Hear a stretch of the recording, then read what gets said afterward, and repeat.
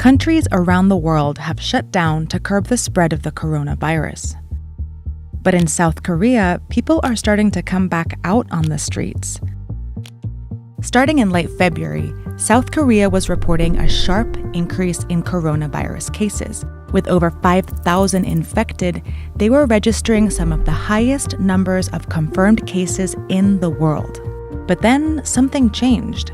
While cases in most other countries continued to rise, Korea's numbers started leveling off. Look at how this curve starts to bend. It indicates that Korea managed to contain the spread of the virus early on. And they were able to do it because they learned a valuable lesson a few years ago, when they fought a different coronavirus outbreak. In South Korea, the Middle East respiratory syndrome, the death toll on the rise, aggressively trying to contain the deadly outbreak. The government was caught completely off guard. Authorities are still trying to track down and isolate anyone who may have been exposed. In 2015, a Korean businessman returning from the Middle East developed a fever, a cough, and eventually pneumonia. He went to several health facilities for a diagnosis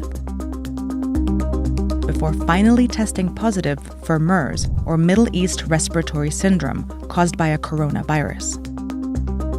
By that point, his movements had created a chain of transmission that became hard for officials to trace. They didn't know who was infected or where they had been. It lasted less than 2 months, but it was a big panic in South Korea. Altogether, the virus infected 186 people and killed 38 in South Korea, the highest of anywhere outside of the Middle East. The government declared an end to the outbreak in 2015. Citizens can relax. The virus no longer poses a threat. But they didn't stop planning. We got many lessons learned, the importance of the diagnosis test, and we need basic infection prevention measures. The lessons all came into play when the next outbreak took hold in the country. On December 31st, 2019, China reported the first case of the coronavirus. In the following weeks, as the outbreak started spreading across the world, South Korea only had 30 confirmed cases of the virus. But despite the low numbers, health authorities had already started working with biotech companies to develop a test for the novel coronavirus. And soon, they had thousands of test kits ready to go. Lesson learned from MERS outbreak in 2015. First one is the diagnosis test is very essential. We developed a lot of diagnosis tests and distribute in every hospital. They prepared for the worst, and the worst quickly followed. By late February, the total number of coronavirus cases rose dramatically, crossing 3,000. This made South Korea's outbreak the largest outside of mainland China.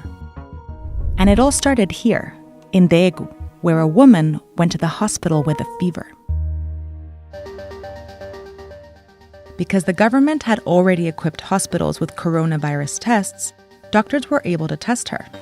She tested positive and became known as Patient 31. But the testing didn't stop there. While she was sick, Patient 31 had gone to a megachurch where she sat with a congregation of hundreds for more than an hour. So they traced her movements, identified people she had come into contact with, and then tested those people as well, whether they showed symptoms or not. Many of them also tested positive, so they were quickly isolated and treated at home or at a center. And then all the people they had been in contact with were traced and tested too. This is called contact tracing. It's an approach that allowed Korea to test over 9,000 people who had been in contact with someone who had tested positive. After Daegu, Korea ramped up testing around the country. Private and national healthcare systems joined forces to set up a mostly free testing effort that includes more than 600 locations that screen as many as 20,000 people per day. Through this system, when anyone tests positive, the government is able to test and trace their contacts to continue to break the transmission chains of the coronavirus on a large scale. But that's just the human-to-human transmission. The infected person may have moved through the city, touching subway poles and door handles. and South Korea had prepared for this too. After the MERS outbreak, when they weren't able to trace the movements of the virus, Korea changed the law, allowing the government to collect a patient's data and security footage during an outbreak. All their steps are logged and then shared to alert people to stay away from the path of infection. If there is some confirmed case found near my office, they message via smartphone, there is a confirmed case near your place. He moved some place to another place. Be cautious.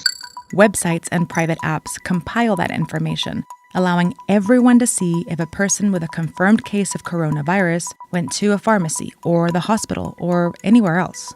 And they'll know how recently they went too. It's a means of checking the possibility of infection. Citizens are checking the coronavirus locations and are avoiding going to these areas.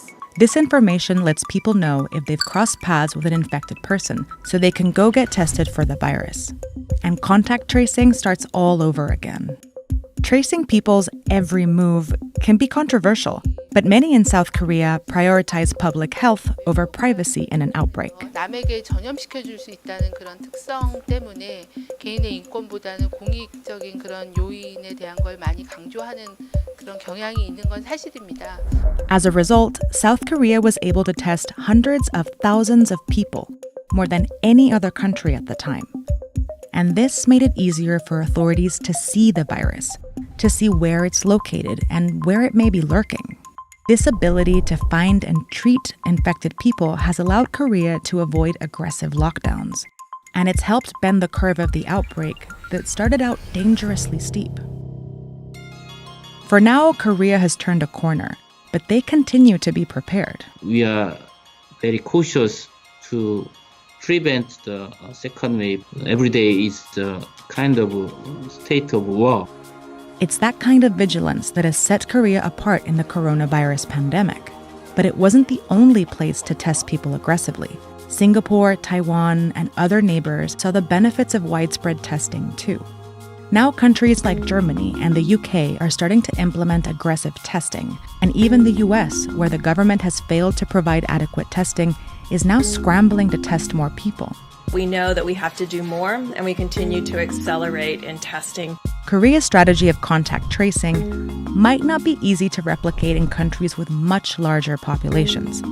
But the country's success with widespread testing still offers a way out for most countries that are stuck in lockdowns.